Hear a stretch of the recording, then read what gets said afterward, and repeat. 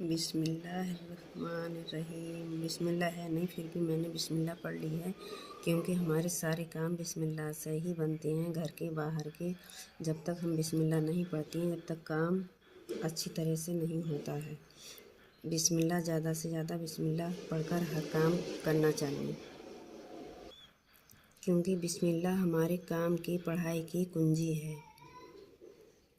حدیث قدسی میں آیا ہے کہ اللہ تعالیٰ فرماتے ہیں، میں اپنے بندے کے گمان کے ساتھ ہوں، جیسا وہ میرے متعلق گمان رکھتا ہے میں ویسا ہوتا ہوں، اور میں اس کے ساتھ ہوتا ہوں جب وہ میرا ذکر کرتا ہے۔ چنانچہ اگر وہ اپنے دل میں میرا ذکر کرتا ہے تو میں بھی اپنی تنہائی میں اسے یاد کرتا ہوں، اور اگر وہ کسی مجمع میں میرا ذکر کرتا ہے تو میں بھی اس کے مجمع سے بہتر مجمع میں، فرشتوں کے مجمع میں اس کا ذکر کرتا ہوں۔ ایک حدیث میں آیا ہے کہ یا رسول اللہ صلی اللہ علیہ وسلم نے فرمایا، کیا میں تمہیں وہ عمل نہ بتاؤں جو تمہارے اعمال میں سب سے بہتر ہے اور تمہارے مالک پروردگار کے نزدیک سب سے زیادہ پاکیزہ ہے، اور تمہارے درجات کو سب سے زیادہ بلند کرنے والا ہے، اور سونے چاندی کے اللہ کی راہ میں خرچ کرنے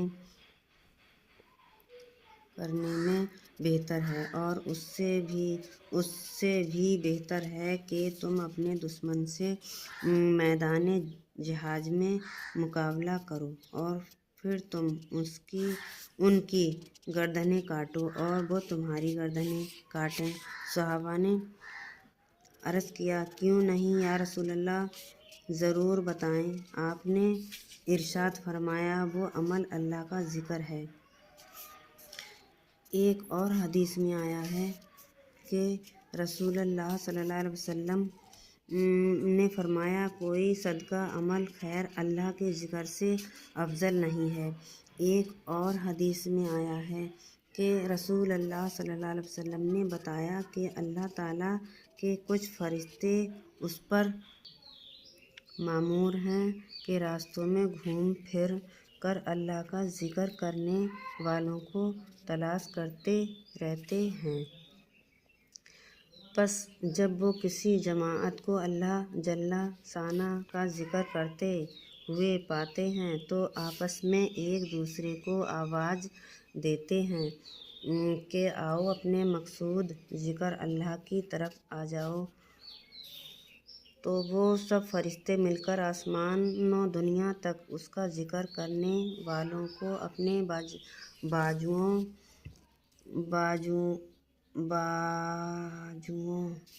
کے سائے میں لے لیتے ہیں، آخر حدیث تک۔ ایک اور حدیث میں آیا ہے کہ رسول اللہ صلی اللہ علیہ وسلم نے فرمایا، اس شخص کی مثال جو اپنے پروردگار کا ذکر کرتا ہے اور اس شخص کی مثال جو اپنے پروردگار کا ذکر نہیں کرتا، زندہ اور مردے کی ہی مثال ہے۔ ایک اور حدیث میں آیا ہے کہ رسول اللہ صلی اللہ علیہ وسلم نے بتایا، جب بھی کوئی جماعت اللہ تعالیٰ کا ذکر کرنے کے لیے بیٹھتی ہے تو فوراً رحمت کے فرشتے ان کا چاروں طرف سے گھیر لیتے ہیں اور اللہ کی رحمت ان کو ڈوب لیتی ہے، سکون و اطمینان ان پر برسنے لگتا ہے، اور اللہ تعالیٰ ان فرشتوں سے ذکر کرنے والوں کا تذکرہ کرتے ہیں جو ان کے پاس موجود رہتے ہیں۔ ایک اور حدیث میں آیا ہے کہ ایک صحابی نے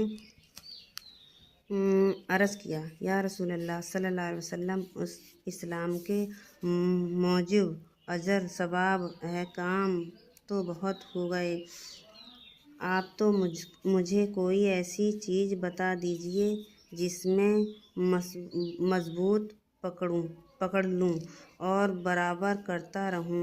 آپ نے فرمایا تمہاری زبان برابر اللہ کے ذکر سے تر و تازہ رہنی چاہیے۔ ایک اور حدیث میں آیا ہے،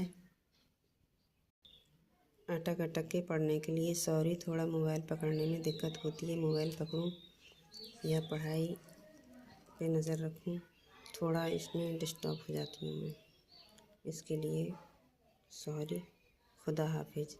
ویسے میں بالکل صاف پڑھتی ہوں، مجھے کوئی دقت نہیں آتی ہے پڑھنے میں، برابر اللہ کے ذکر سے تر و تازہ رہنی چاہیے۔ دقت ہوتی ہے موبائل میں دیکھ کے پڑھنے میں۔ خدا حافظ۔ سب کو میرا سلام، دعا اور پیار، بچوں کے لیے دعا اور پیار۔